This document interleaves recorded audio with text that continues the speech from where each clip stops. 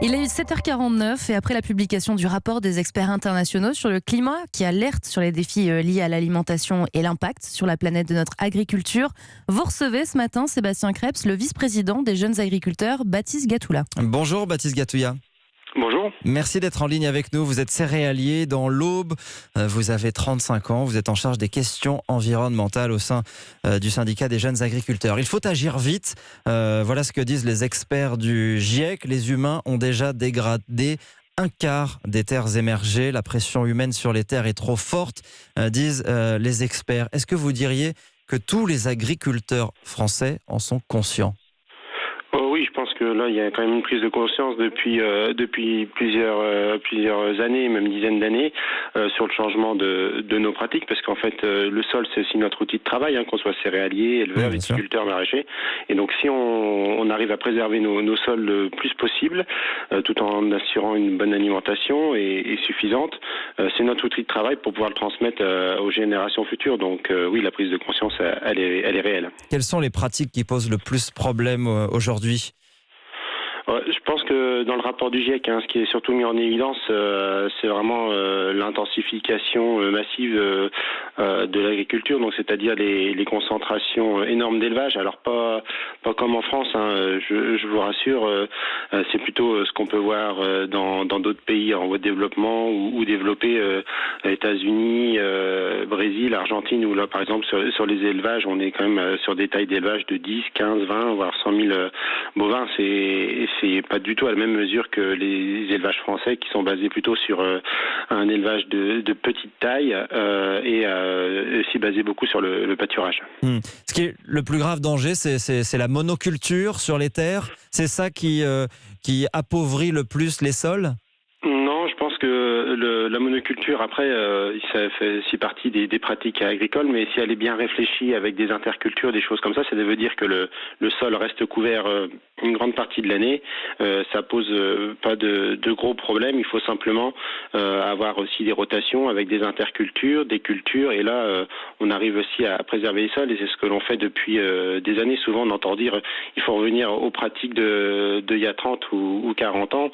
En fait, c'est pas qu'on y revient, c'est qu'on les a fait, mais c'est qu'elles étaient mal connues. Donc voilà, c'est plutôt ça qu'il faut remettre en évidence et expliquer aux citoyens comment on travaille sur nos exploitations. Alors, quels enseignements vous tirez, vous, personnellement, de ce rapport dans votre façon de concevoir votre métier ?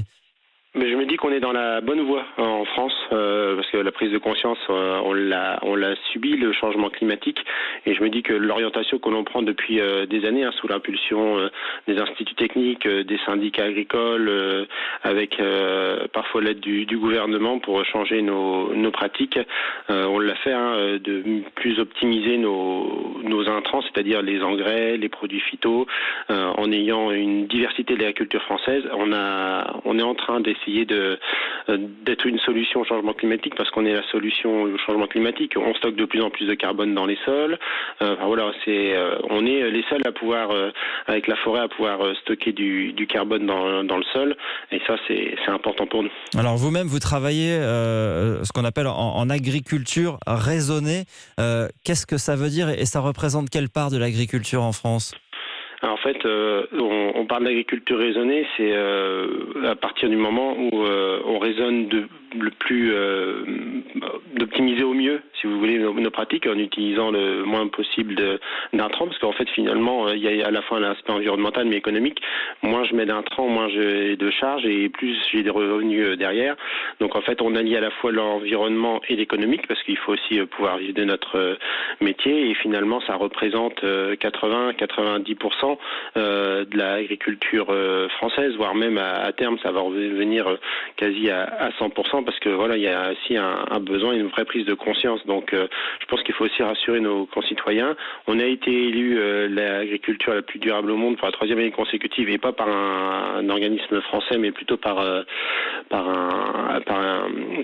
journal américain. Donc voilà, c'est quand même assez remarquable pour nous, et ça, il faut qu'on le valorise aussi, dire aux concitoyens qu'on fait des efforts. Il faut aussi qu'ils nous aident à le faire en achetant plus localement. C'est ce qui est préconisé par le GIEC, et voilà, en ayant une viande consommée localement, et on sait faire en France. Et en ayant une consommation de viande inférieure à ce qu'on consomme aujourd'hui, c'est une évolution assez radicale de la façon dont voit notre alimentation, que préconisent les experts du climat. Quels conseils vous pouvez donner à nous, consommateurs, pour mieux choisir nos produits et pour mieux consommer ? Déjà de bien faire attention à l'étiquetage de l'approvisionnement des origines des viandes, de mettre aussi, d'interpeller aussi les politiques sur le fait de pouvoir étiqueter facilement et simplement, sans créer une usine à gaz, les produits à la fois bruts, le steak, la côte de porc, et aussi dans les produits transformés, comme les lasagnes, les choses comme ça. Donc là, on a besoin d'avoir une vraie lisibilité d'étiquetage des viandes. Ça, c'est important. Et surtout, je dirais aux citoyens, allez voir, discuter avec les agriculteurs, les éleveurs, les céréaliers.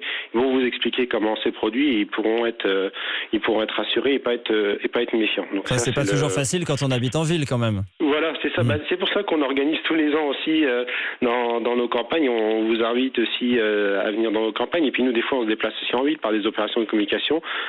Surtout pas hésiter à venir nous voir et à nous poser des questions. Poser des questions, on sera ravis d'y répondre. Donc ça, c'est aussi important. Je ne sais pas si vous avez entendu tout à l'heure notre reportage en Allemagne. En Allemagne, on projette de créer une écotaxe sur la viande rouge, justement, pour inciter à limiter la consommation de viande rouge. Ça vous paraît concevable dans un pays comme la France ? Non, je pense que, l'écotage, je suis pas certain que ce soit une bonne solution. On est plutôt à vouloir moins de taxes en France. En plus, sur l'alimentation, il faut quand même que tout le monde puisse avoir accès à l'alimentation. Et nous, ce qu'on veut, c'est que tout le monde puisse avoir accès à une alimentation de qualité. Ceux qui ont un pouvoir d'achat assez fort, et aussi les plus démunis. Et nous, ce que l'on veut, c'est plutôt que le producteur puisse avoir aussi un revenu décent pour pouvoir faire justement les investissements nécessaires pour pouvoir avoir pouvoir investir dans des méthodes des fois de mécanisation ou d'élevage plus durable encore, parce qu'il faut quand même des fois faire des investissements assez lourds. Et donc plutôt que de faire une écotaxe et de la redonner après aux agriculteurs, nous on préfère que ce soit l'argent directement qu'il y a chez l'agriculteur pour faire les efforts nécessaires quand il y a besoin. Donc pour moi, ça me paraît pas être une bonne idée. Donc voilà. Merci beaucoup, Baptiste Gatouya, d'avoir été en ligne avec nous. Je rappelle que vous êtes le vice-président du syndicat des jeunes agriculteurs. Très bonne journée à vous.